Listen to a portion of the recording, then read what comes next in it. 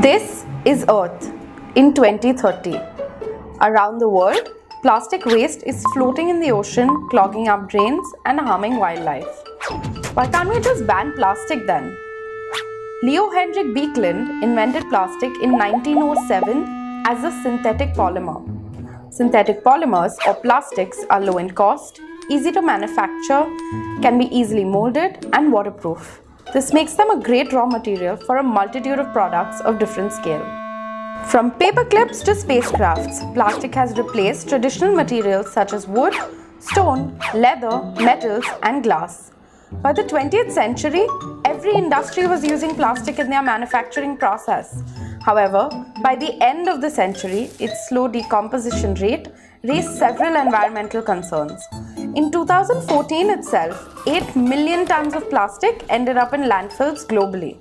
That's equal to the weight of 800 Eiffel Towers.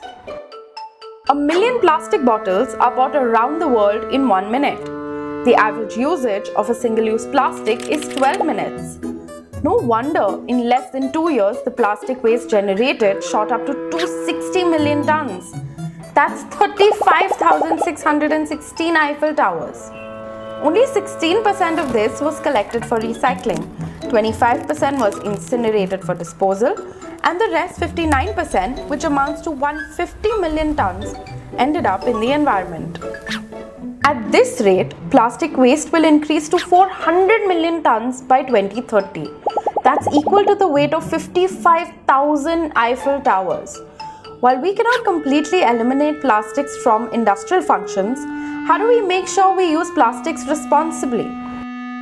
Have you heard of circularity in energy? Circularity is a refreshing contrast to the traditional linear concept, which is a take, make, break model. It is an economic system aimed at minimizing waste and making the most of resources starting from the source. See how a single resource can be used multiple times before disposing it? Here's an idea: waste management hierarchy. The waste management hierarchy model suggests that you reduce and reuse maximum waste at source. This means reducing single-use plastics and reusing plastic materials wherever possible. When that's not possible, you recycle the plastic or you use it to make alternative fuel. The absolute last option is treatment and disposal of waste in landfills. There are companies around the world who are constantly innovating to reduce and recycle plastic waste. Brands are becoming eco-conscious and are creating athleisure clothing, sunglasses, backpacks, etc. from recycled soda bottles and fishing nets.